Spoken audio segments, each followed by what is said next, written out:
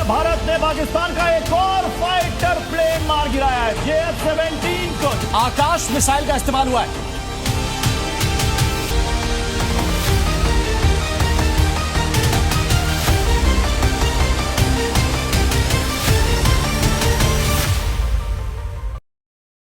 Hello दोस्तों, स्वागत है आपका हमारे YouTube channel Saurabh crime show पर। कहानी के रूप में आज हम बात करने जा रहे हैं ऑपरेशन सिंदूर की, जिसने 9 आतंकवादी ठिकानों जिनमें पाकिस्तान ने आतंकवादियों को पनाह दे रखी थी, जहां वे आतंकवाद की जड़ें मजबूत कर रहे थे। इन सब की शुरुआत होती है 22 अप्रैल 2025 के उस दिन से, जब पहलगाम में आतंकवादी हमला हुआ, जिसमें लोगों को उनके मुस्लिम न होने पर मौत के घाट उतार दिया गया। इस हमले में 25 भारतीय और एक नेपाली व्यक्ति था। आपको बता दें कि इस हमले में केवल हिंदू पुरुषों को निशाना बनाया गया था। उनका धर्म पूछकर उन्हें मार दिया जा रहा था। उनकी पत्नियों को जीवन भर के दुख के लिए छोड़ दिया गया था।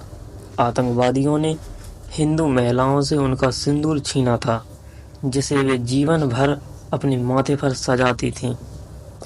इसका जवाब देने के लिए इंडियन आर्मी ने ऑपरेशन सिंदूर चलाकर आतंकवादियों के घरों को जला दिया। आसमान से आग बरसाकर उनके ठिकानों को निस्ते-नाबूद कर दिया और आतंकवाद को पनाह देने वाले पाकिस्तान को चुनौती दी कि वह सुधर जाएं, हमें न छेड़ें, वरना छोड़ेंगे नहीं। 22 अप्रैल 2025 को जब पत्नियों ने आतंकवादियों से कहा कि हमें भी मार दो, हमें क्यों छोड़ रहे हो, तो आतंकवादियों ने कहा था कि मोदी को बताना। उसने मोदी को नहीं, पूरे भारत को चुनौती दी थी। उसने इंडियन आर्मी को चुनौती दी थी। उसने भारत के हर उस नागरिक को चुनौती दी थी। इस घटना के बारे में सुनने के बाद मोदी सऊदी अरब के अधूरे दौरे से वापस लौटते हैं और सेना के तीनों प्रमुखों के साथ बैठक करते हैं और पहलगाम हमले के विरोध में प्रमुखों को निर्देशित करते हैं और खुफिया एजेंसियों की सहायता से आतंकवादियों के ठिकानों का पता लगाते हैं। घटना के 15 दिन बाद देश में मॉक ड्रिल और ब्लैकआउट के बारे में नागरिकों को जानकारी दी जा रही थी। पाकिस्तान मॉक ड्रिल और ब्लैकआउट के बारे में सोचता रहा कि आखिर भारत करने क्या वाला है। बात आती है 6 मई की। 6 मई की रात को जब सभी सो रहे थे, तब इंडियन आर्मी ने हर उस महिला के सिंदूर का बदला लिया जिसने पहलगाम हमले में अपने सिंदूर को खो दिया था, और ऑपरेशन का नाम भी ऑपरेशन सिंदूर रखा। 6 मई की रात 1:05 पर पाकिस्तान में 9 अलग अलग जगहों पर आतंकवादी ठिकानों को राख में बदल दिया गया, जिसमें लगभग 100 से भी ज़्यादा आतंकवादी मारे गए। 7 मई की सुबह सुनी खबरें आ रही थीं, परंतु इसकी पुष्टि की 10:15 पर भारतीय सेना और विदेश मंत्रालय की प्रेस कॉन्फ्रेंस में। ऑपरेशन सिंदूर की ब्रीफिंग के लिए कर्नल सोफिया और कुरैशी और विंग कमांडर व्योमिका सिंह सामने आईं। उनके साथ विदेशी सचिव विक्रम मिस्री भी थे। ब्रीफिंग से पहले आतंकी ठिकानों पर स्ट्राइक का 2 मिनट का वीडियो प्ले किया गया। इसमें दिखाया कि मंगलवार की रात 1:04 से 1:11 के बीच 7 मिनट में लगभग 9 टारगेट तबाह किए गए। विदेश सचिव विक्रम मिस्री ने बताया कि पहलगाम हमले में परिवार के सामने लोगों की हत्या की गई, उनके सिर में गोली मारी गई। बचे हुए लोगों से कहा गया कि वे इस हमले का संदेश पहुंचाएं। हमले का यह तरीका जम्मू कश्मीर और देश में सांप्रदायिक दंगे फैलाने की कोशिश थी।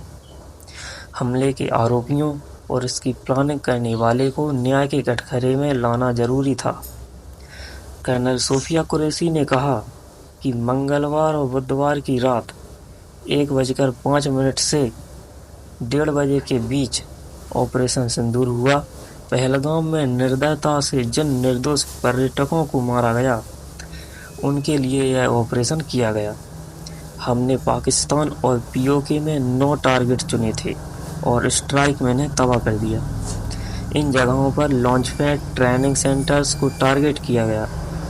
विंग कमांडर व्योमका सिंह ने भी कहा कि हमने विश्वसनीय सूचनाओं और इंटेलिजेंस के आधार पर इन लक्ष्यों को चुना था।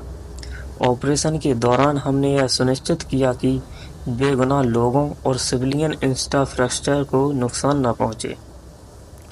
ऑपरेशन सिंदूर के 9 टारगेट्स में 5 ठिकाने पाकिस्तान के कब्जे वाले कश्मीर यानी पीओके में और 4 पाकिस्तान के पंजाब प्रांत में स्थित थे।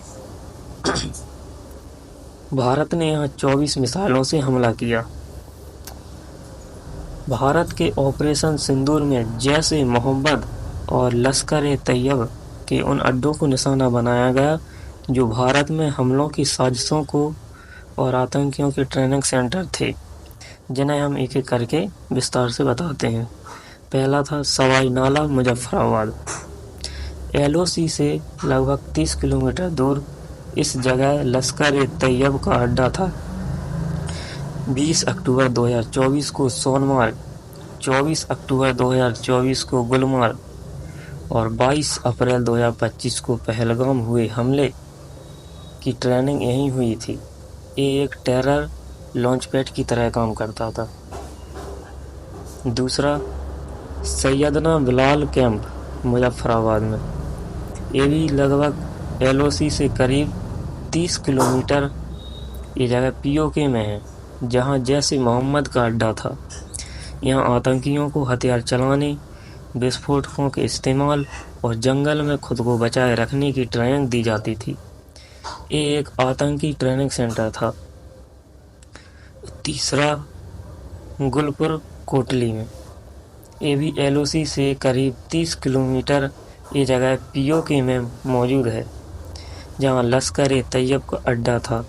यहीं से राजौरी और पूंछ में आतंक की सप्लाई की जाती थी। 30 अप्रैल 2023 को पूंछ और 9 जून 2024 को तीर्थयात्रियों की बस पर हुए हमले की ट्रेनिंग और प्लानिंग यहीं हुई थी। ये इलाका हमेशा से भारतीय खुफिया एजेंसियों के रडार पर रहा। चौथा बरनाला कैंप बम्बेर। POK में मौजूद ये लगभग LOC से महज 9 किलोमीटर दूर है। यहाँ लश्कर ए तैयब और जैश ए मोहम्मद का ठिकाना था। यहाँ आतंकियों के हथियार चलाने, IED इस्तेमाल करने और जंगलों में खुद को बचाए रखने की ट्रेनिंग दी जाती थी। ये एक ट्रेनिंग सेंटर था जिसे आतंकवादियों का गढ़ माना जा रहा था। 5वें अब्बास कैंप कोटली। LOC से 13 किलोमीटर दूर ये जगह POK में है, जहां लश्कर ए तैयब का अड्डा था। यहाँ फ़ियादीन हमले की ट्रेनिंग दी जाती थी। यहाँ करीब 50 आतंकी रहते थे। ये एक टेरर लॉन्च पैड की तरह काम करता था, जहाँ से आतंकी भारत घुसते थे। छठा है मरकज सुभान अल्लाह बहावलपुर। इंटरनेशनल बॉर्डर से करीब 100 किलोमीटर दूर ये इलाका जैश ए मोहम्मद के सरगना मसूद अजहर का घर है। यहाँ की जामिया मस्जिद सुभान अल्लाह परिसर में जैश का हेडक्वार्टर था। यही नए लोगों को भर्ती कर आतंकी बनाया जाता और उन्हें ट्रेनिंग दी जाती थी। आए दिन यहाँ आतंकियों के टॉप कमांडर देखे जाते थे। 7वां मरकज तैयबा मुरीद के। इंटरनेशनल बॉर्डर से 18 से 25 किलोमीटर दूर यहाँ लश्कर ए तैयब का हेडक्वार्टर था। 200 एकड़ में फैली इस जगह से ही 2008 में आतंकवादी मुंबई आए थे, जिन्होंने हमला किया था। पाकिस्तान और कश्मीर से हजारों लड़ाकों को ट्रेनिंग देने और आतंकवादी अभियानों की योजना बनाने के लिए यहाँ लाया जाता है। अजमल कसाब और डेविड हेडली को यही ट्रेनिंग मिली थी। 8वां सरजल कैंप। इंटरनेशनल बॉर्डर से 6 किलोमीटर दूर इस जगह पर लश्कर ए तैयबा, जमात उद दावा जैसे आतंकी संगठनों के अड्डे थे। मार्च 2025 में जम्मू कश्मीर पुलिस के 4 जवानों की हत्या की साजिश यहीं रची गई और यहीं से आए आतंकियों ने इस घटना को अंजाम दिया था। सब आखिरी 9वां महमूना जोया सियालकोट। LOC से 12 से 18 किलोमीटर दूर यहाँ हिजबुल मुजाहिदीन का ठिकाना था।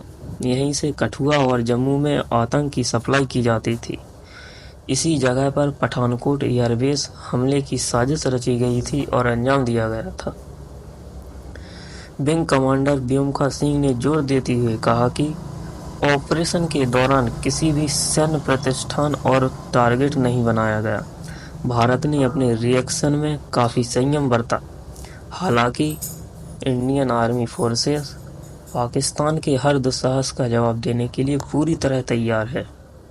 ऑपरेशन के बारे में बताते हुए कर्नल सोफिया कुरैशी ने कहा, आतंकी ठिकानों पर सटीक क्षमता और ख़ास हथियारों के साथ कार्रवाई की गई। इन हथियारों को चुनने में इस बात का ध्यान रखा गया कि कोई अतिरिक्त नुकसान ना हो। यानी भारत का मैसेज साफ था, हमने उन आतंकी ठिकानों को निशाना बनाया है जो भारत पर हमलों में शामिल रहे हैं या आगे नुकसान पहुंचा सकते हैं। भारत ने साफ किया कि वो किसी तरह का एस्केलेशन नहीं चाहता, इसलिए किसी सैन्य ठिकाने या आम नागरिकों को कोई नुकसान नहीं पहुंचाया गया। ऑपरेशन सिंदूर में इस्तेमाल हथियारों पर प्रेस ब्रीफिंग में कोई जानकारी नहीं दी गई। हालांकि रिपोर्ट्स के मुताबिक एयरफोर्स के राफेल जेट्स में लगी स्कैल्प EG मिसाइल और हैमर बम से अंजाम दी गई है। स्कैल्प EG एक लंबी दूरी की एयर लॉन्च क्रूज मिसाइल है। भारत ने इसे राफेल लड़ाकू विमानों के साथ खरीदा था। न्यूज एजेंसियों के सूत्रों के हवाले से बताया कि यह एक संयुक्त सैन्य अभियान था जिसमें भारतीय सेना वायु सेना ने मिलकर सटीक हमला करने वाले हथियारों का इस्तेमाल किया। इसके लिए कई दिनों पहले से तैयारियां शुरू हो गई थीं। इंटेलिजेंस ने इन 9 ठिकानों पर आतंकवादियों के होने की सूचना इकट्ठा की। इसके बाद यहां मिसाइल से हमला करने की प्लानिंग की गई। आपको वीडियो अच्छी लगी हो तो वीडियो को लाइक ज़रूर करें, और अगर आपने अभी तक चैनल को सब्सक्राइब नहीं किया तो चैनल को सब्सक्राइब ज़रूर करें, जिससे ऐसे ही वीडियो आपको सबसे पहले देखने को मिलती रहे। धन्यवाद।